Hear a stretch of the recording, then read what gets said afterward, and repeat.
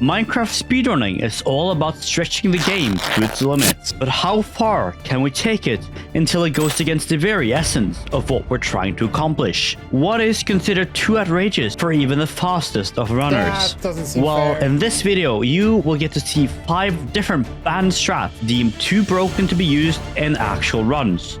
Enjoy. It's August of 2022. The YouTuber Not Vixius would upload a video about an exploit that no one could have imagined.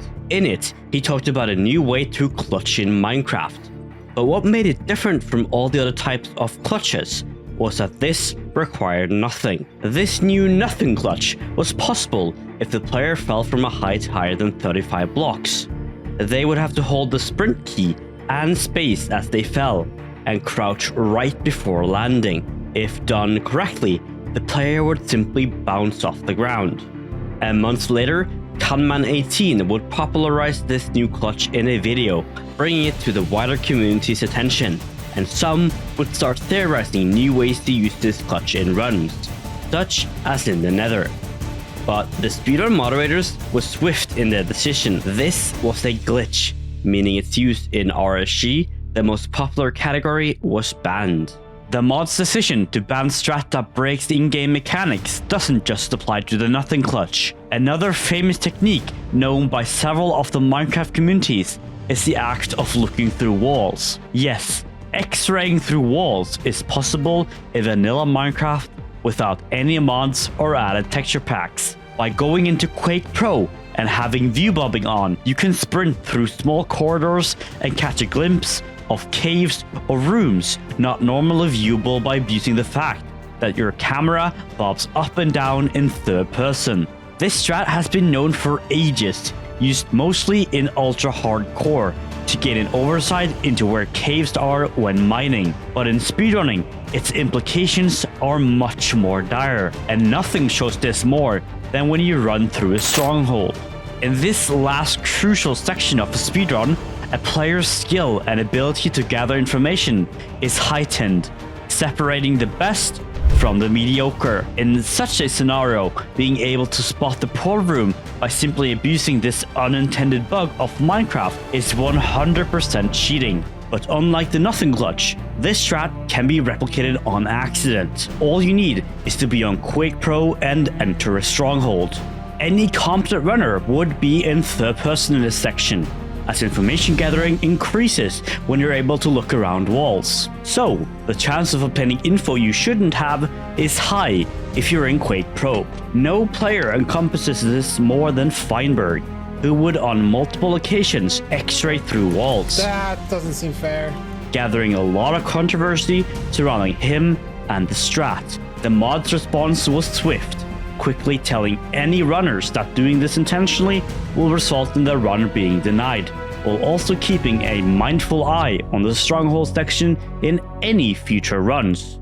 It's October 2021, and the Australian strat developer and speedrunner Jojo was looking for new ways to optimize Bastion routes. In his quest for this, he would stumble upon a piece of tech that he fittingly named the lava blip. But what actually happened here? Well, what Jojo found is by desinking the lava in the bucket, you could catch yourself on it, but not actually burn. It works by picking up lava right before you cross over to another block. The client or your PC thinks you picked up the lava on the first frame, but the server thinks you didn't on the next. By then placing a well-timed bucket on the side of a wall, you can abuse this. The desync between the client and the server makes the bucket catch you, thus reducing fall damage, but it also cancels out the fire damage, making it possible to clutch quite easily. The act of desyncing made Jojo's invention a glitch, thus making it illegal. But further reworks on the strat actually made it viable and glitchless by using a real lava bucket instead of the desynced one, showing that some banned strats can actually bring forth innovation to help speedrunners in their pursuit for speed. The next banned strat takes us to the end, the home of the Ender Dragon. In this dimension, there's not much for speedrunners to do. All strats aim towards accomplishing just one goal: kill the Ender Dragon as fast as humanly possible. In their quest for this, The end has probably seen the biggest innovation of all, but before the dawn of stereocycle, one cycle, and just normal bow and arrow, one person noticed something. Geosquare is a name that most probably have heard of. A cactus enthusiast and a previous Minecraft speedrun moderator, Geo was always on the lookout for new ways to improve the experience of runners. In his search, he stumbled upon a loophole in the game's code. But to explain his groundbreaking discovery, I first have to get a bit technical. Back when Mojang first introduced the concept of resummoning the dragon in 1.9, they had to figure out a way for the game to actually know when to resummon it. Their solution was to use End Crystal as a catalyst, but the way they did it was to make the game always check to see if the end fight had happened every time you place down a crystal. If there's no dragon, it resummons it. While the actual summoning can only happen on the end fountain, the game still checks this every time you place down a crystal, no matter where you are. But if you place down a crystal before the dragon even had a chance to spawn, the game gets a bit confused. Upon placing the crystal, the game does a check and sees that there's no dragon. This automatically makes the game think the fight had already happened and bypasses the need for you to actually kill it. The end fountain lights up, allowing you to simply jump through it. Out of all the banned strats on this list, this is probably the most groundbreaking of them all, and for that reason, it's obviously banned in glitch lists, now only being used in glitched runs and tool-assisted speedruns. It's early 2021, Minecraft speedrunning's golden era. The 1.16 update had been out for over half a year, and innovation was at its peak. Strat developers were all gathered in one server, named Strats and Routing, aimed towards developing new ways to break the game. These people are responsible for most of the groundbreaking ideas within the community, but in their pursuit for this, some had more radical ideas. I've already covered Jojo once in this video, a resourceful speedrunner who always had a knack for stretching the limits of what it meant to speedrun.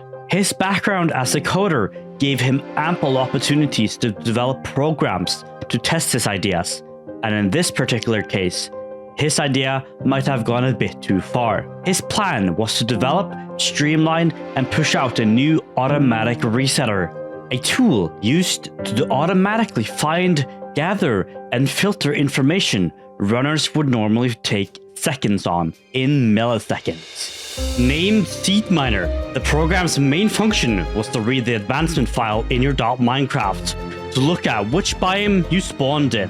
If the biome in question didn't align with what prefix you had set it to, it would automatically reset the world for you and start a new one. This was a completely new way to speedrun, replacing man with machine. But that's where the problem arose. Jojo's intention of removing the tediousness of resetting was a valid one, but in the process, it removed the human element from the equation. This was not something the community liked. It felt like an underserved shortcut made simply for the convenience of it, not for the necessity. It came to no one's surprise when the auto resetter named SeedMiner got put up to a vote by the mod team. They questioned the integrity of reading in-game files as a way to make speedrunning faster, and after some deliberation, the vote was cast. SeedMiner was no longer allowed to auto-reset worlds, bringing an end to the last banned strat on my list. I hope you enjoyed. Until next time.